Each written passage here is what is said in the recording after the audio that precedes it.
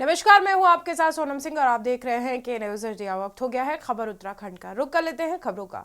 हेमकुंड साहिब के लिए जल्द शुरू होगी हेली सेवा। आपको बता दें कि बद्रीनाथ धाम से शुरू की जाएगी हवाई सेवा। आपको बता दें कि हेमकुंड साहिब के लिए 25 मई से शुरू की जाएगी हवाई सेवा। बद्रीनाथ धाम की हेली सेवा 12 मई से शुरू होगी। गौचर और गोविंद घाट से हेलीकॉप्टर की सुविधा मिलेगी। ये सेवा दिन में 3 घंटे उपलब्ध रहेगी। आपको बता दें कि बद्रीनाथ धाम से हेली सेवा की शुरुआत की जाएगी। 12 मई से हेली सेवा शुरू होगी। हेमकुंड साहिब के लिए 25 मई से शुरू होगी हेली सेवा। बद्रीनाथ धाम की हेली सेवा 12 मई से शुरू होगी। गोचर और गोविंद घाट से मिलेगी हेलीकॉप्टर की सुविधा। ये सेवा दिन में 3 घंटे उपलब्ध रहेगी। हेमकुंड साहिब के लिए जल्द शुरू होगी हेली सेवा। बद्रीनाथ धाम के लिए भी शुरू होगी हेली सेवा। हेमकुंड साहिब के लिए 25 मई से शुरू होगी हेली सेवा। बद्रीनाथ धाम की हेली सेवा 12 मई से शुरू की जाएगी।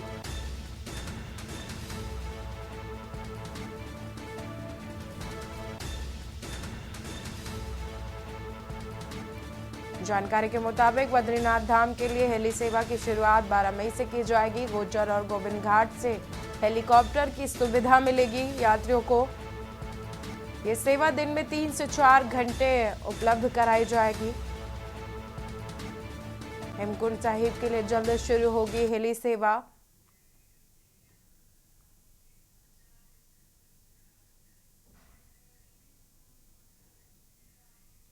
हेमकुंड साहिब के लिए 25 मई से शुरू की जाएगी हेली सेवा।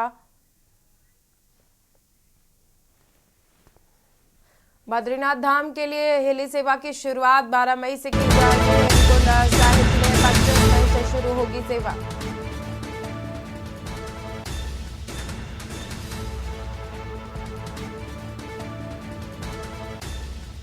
गोचर और गोविंद घाट से मिलेगी हेलीकॉप्टर की सुविधा। सेवा दिन में 3 घंटे यात्रियों के लिए उपलब्ध कराई जाएगी।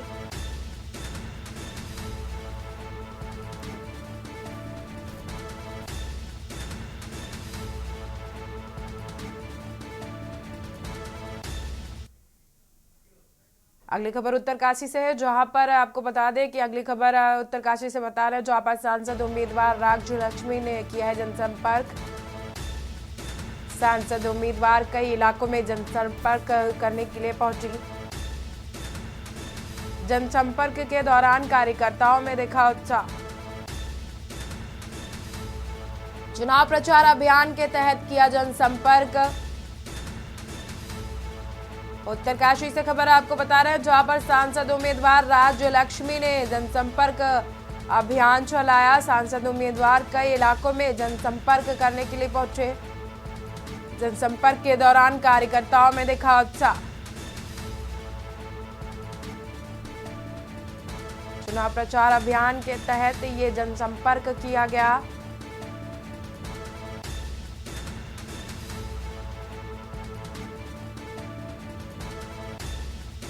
सांसद उम्मीदवार कई इलाकों में जनसंपर्क करने के लिए पहुंची। जनसंपर्क के दौरान कार्यकर्ताओं में दिखा उत्साह।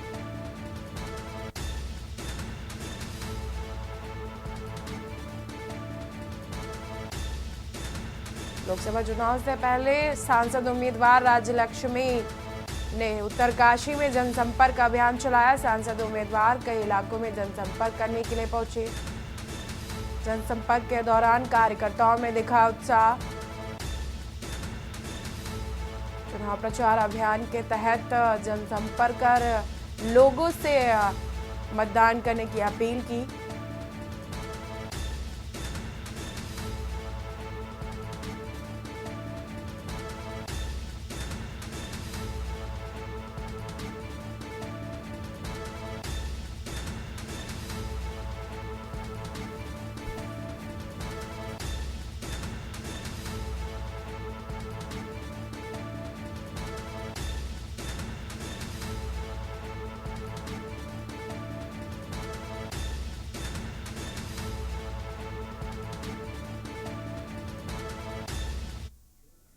गर्मियों में होने वाले पेयजल के अंदर को देखते हुए जो दिक्कतें हैं, पेयजल विभाग अभी ठोस कदम उठाने जा रहा है। हल्द्वानी शहर में अभी 70 एमएलडी के लगभग पानी उपलब्ध हो रहा है। जानकारी के मुताबिक डिमांड 80 से 82 एमएलडी रोजाना की है। पेयजल विभाग के अधीक्षण अभियंता के मुताबिक हल्द्वानी शहर के अधिकतर हिस्सों में कार्य के मार्च माह के अंत तक पूरे हो जाएंगे। आपको बता दें कि उन क्षेत्रों के लिए अलग से चलाई जा रही है पेयजल योजना और फिलहाल जीवन मिशन के कार्यों को जल्द से जल्द पूरा करने के निर्देश भी दिए गए हैं, क्योंकि गर्मी बढ़ने के साथ ही पेयजल की किल्लत भी शुरू हो सकती है।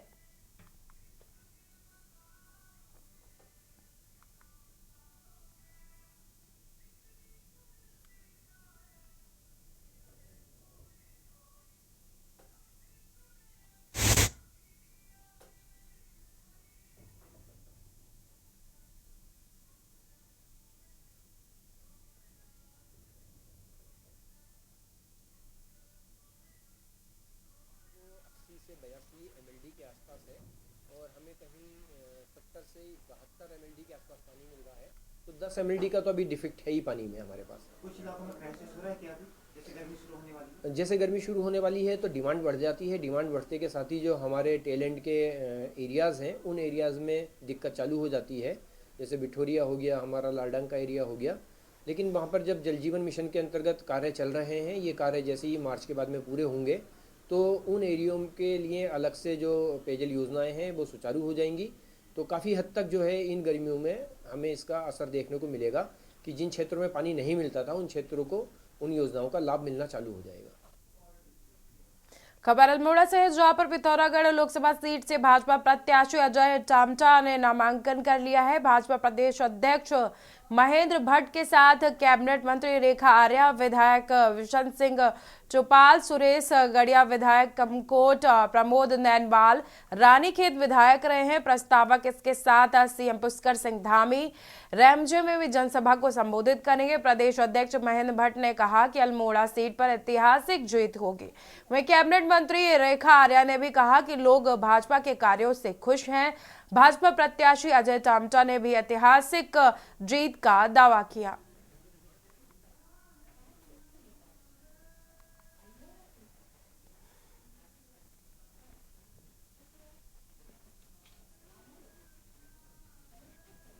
ज्यादा उत्साह है। मैं आज सुबह जागेश्वर धाम के दर्शन करके आया, फिर गुरु देवता के दर्शन करना है। तो बीच में मुझे बहुत सारी गाड़ियों में कार्यकर्ता मिले, बहुत उत्साह भरे थे।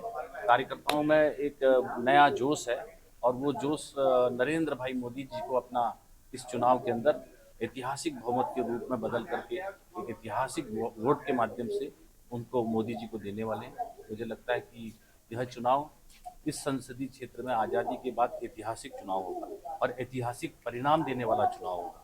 आम जनमानस जो अल्मोड़ा, पिथौरागढ़, बागेश्वर, चंपावत चारों जिलों की 14 विधानसभाओं की और बॉर्डर की, क्योंकि पहली बार कोई प्रधानमंत्री जोलिंगपोंग में, पार्वती कुंड में, कैलाश में और गुंजी में गए, तो आज वहाँ तक की जो डेवलपमेंट की स्कीम्स बनाई हैं। पूर्व सांसद अजय टामटा जी का नामांकन हुआ और मैं कहता हूँ बड़ा उत्साह है। हमारे सभी विधायक के द्वारा सेट यहाँ पर भरे गए उनका अनुमोदन प्रस्ताव के रूप में, और मैं कह सकता हूँ अभी तक के ऐतिहासिक जीत अल्मोड़ा लोकसभा के अंदर रहेगी।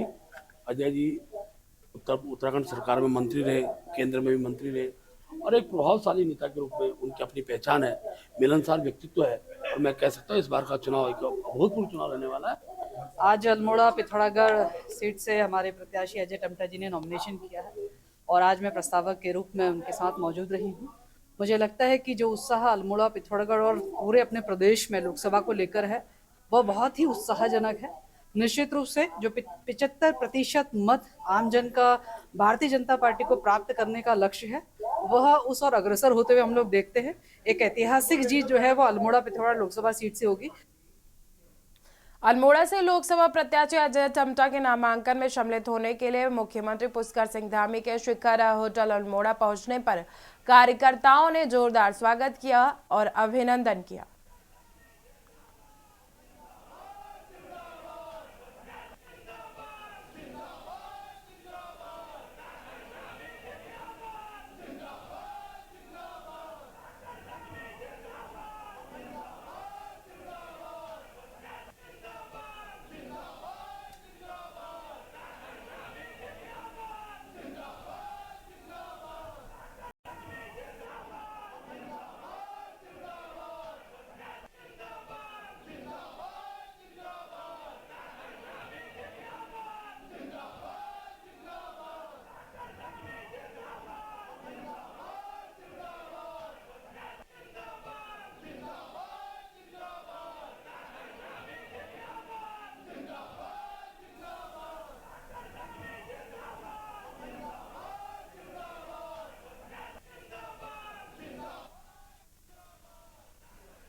खबर हल्द्वानी से, जहां पर मतदाता जागरूकता हस्ताक्षर अभियान का शुभारंभ किया गया। जिला निर्वाचन अधिकारी और जिला अधिकारी वंदना सिंह ने हस्ताक्षर अभियान का शुरुआत की। उन्होंने कहा कि मतदाता जागरूकता अभियान के तहत प्रत्येक बूथ तक चलाए जाएंगे निर्देश। आपको बता दें कि इसके तहत हस्ताक्षर अभियान के साथ ही सेल्फी पॉइंट, रील कंपटीशन और यूथ आइकन के माध्यम से भी लोगों को मतदान के प्रति जागरूक करने का काम किया जा रहा है।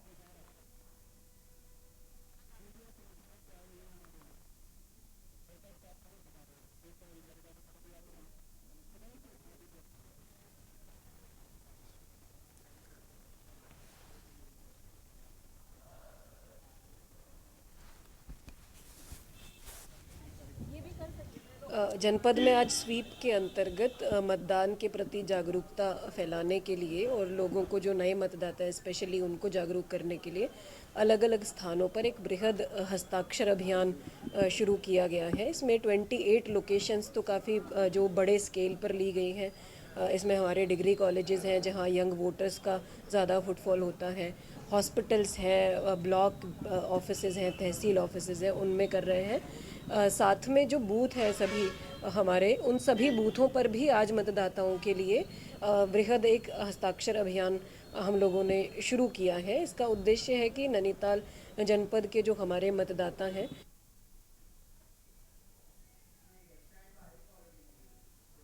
अल्मोड़ा से खबर आपको बता रहे हैं, जहां लोकसभा सीट से भाजपा प्रत्याशी अजय टमटा के नामांकन के बाद सीएम धामी ने रेमजे में जनसभा की।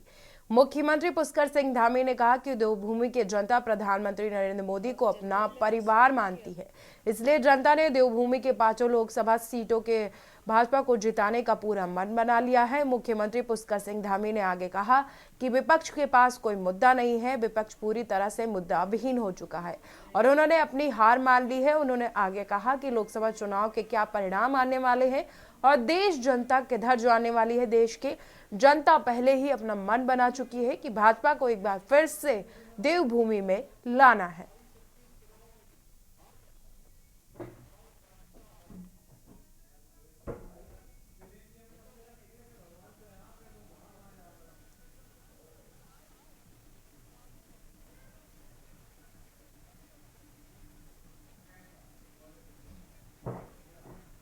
उत्तराखंड हाईकोर्ट में रोडवेज वाहनों के लिए स्वीकृत रूटों पर प्राइवेट बसों के संचालन के लिए दी गई अनुमति दिए जाने को लेकर दायर याचिका पर सुनवाई हुई। मामले की सुनवाई के बाद उच्च न्यायालय की खंडपीठ ने रोडवेज बसों के लिए नोटिफाइड रूटों पर प्राइवेट बसों के संचालन पर रोक लगाने के साथ ही राज्य से 4 सप्ताह में शपथ पत्र पेश करने को कहा है।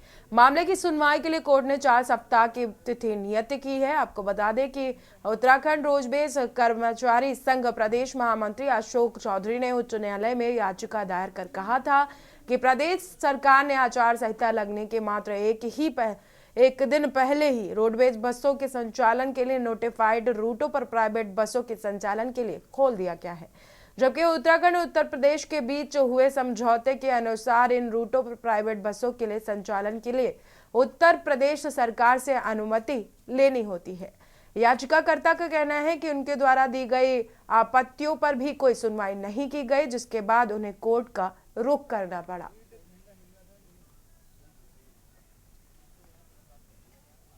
रोडवेज कर्मचारी यूनियन के जो प्रदेश महामंत्री हैं अशोक चौधरी द्वारा एक रिट याचिका PIL फाइल की गई, जिसमें शासन की जो विज्ञप्ति थी 15 मार्च 2024, जिसके द्वारा जो रूट रोडवेज के लिए नोटिफाइड थे उनको इन्होंने जो है प्राइवेट मार्गों में कन्वर्ट करके प्राइवेट ऑपरेटर को भी परमिट देने के लिए किया।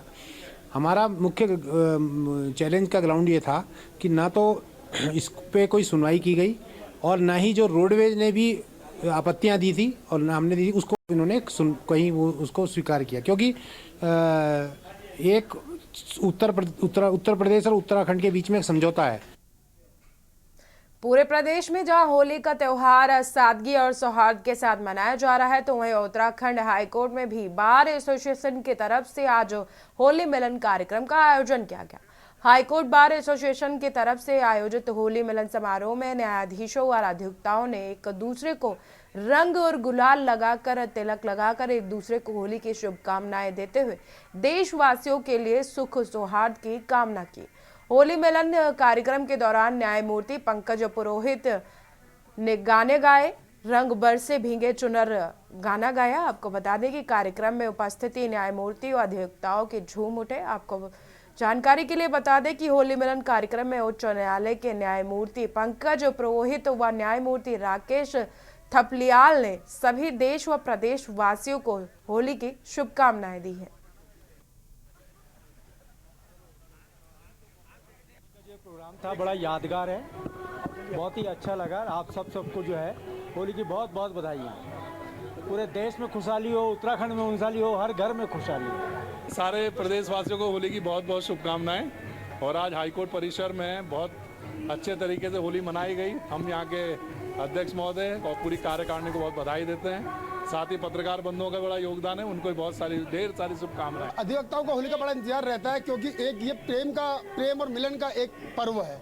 और आज जैसा आप लोगों ने देखा कि हमने, क्योंकि हमारी उत्तराखंड की संस्कृति बहुत ही मजबूत संस्कृति है, जिसको हम बिना छोड़े इस कार्यक्रम को नहीं कर सकते। आपने देखा, हमने यहाँ पे झोड़े का कार्यक्रम, कुमाऊनी होली, गढ़वाली होली, सबका सम्मिश्रण करके यहाँ पे को प्रस्तुति कर रहे हैं हमारे कलाकार, जो हमारे नेक कलाकार आए हुए हैं वो प्रस्तुति कर रहे हैं। तो हमने पूरे उत्तराखंड की संस्कृति को एक माननीय उच्च न्यायालय के प्रांगण में संजो कर रखा है। लूट की गुत्थी सुलझाने में देहरादून पुलिस को कामयाबी हाथ लगी है। आपको बता दें कि कुछ दिन पहले ही लूट की वारदात को अंजाम दिया गया था। अभियुक्तों में से एक को पुलिस ने गिरफ्तार कर लिया है, जबकि दूसरा अभी तक फरार चल रहा है। वहीं अभियुक्त के कब्जे से एक देशी तमंचा, एक जिंदा कारतूस और घटना के दौरान लूटा गया सोना बरामद किया गया है। इसको लेकर देहरादून के एसपी सिटी प्रमीद कुमार ने कहा है कि 18 मार्च को ऋषिकेश में लूट की वारदात को अंजाम दिया गया था। इसमें प्रबीर शर्मा नामक व्यक्ति अपनी दुकान बंद कर घर के लिए जा रहा था, तो रास्ते में 2 मोटरसाइकिल सवार बदमाशों ने हथियार के दम पर उनसे लूटपाट को अंजाम दिया था।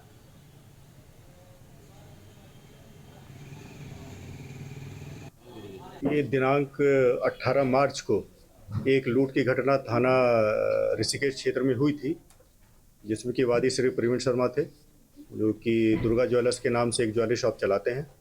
तो 18 तारीख की शाम को वो अपना काम करके वापस आ रहे थे।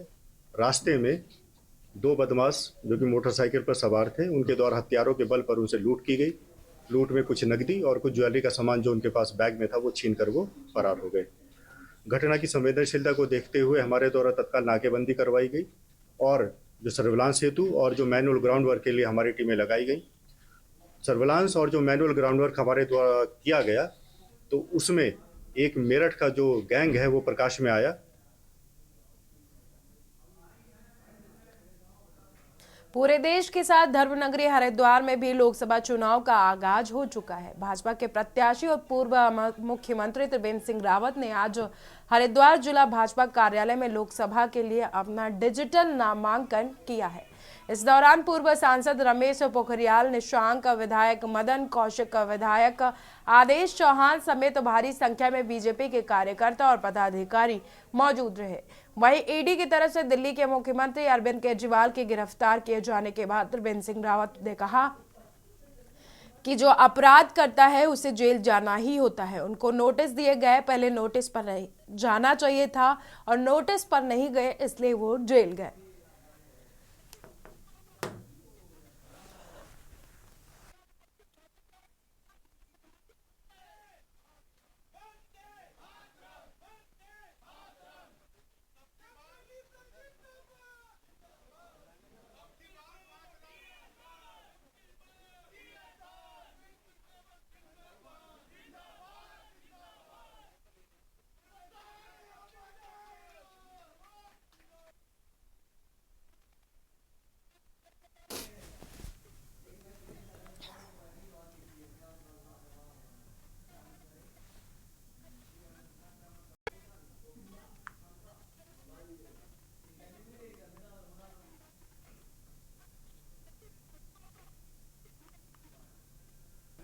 हरिद्वार से, और ये मोक्षदायिनी नगरी है।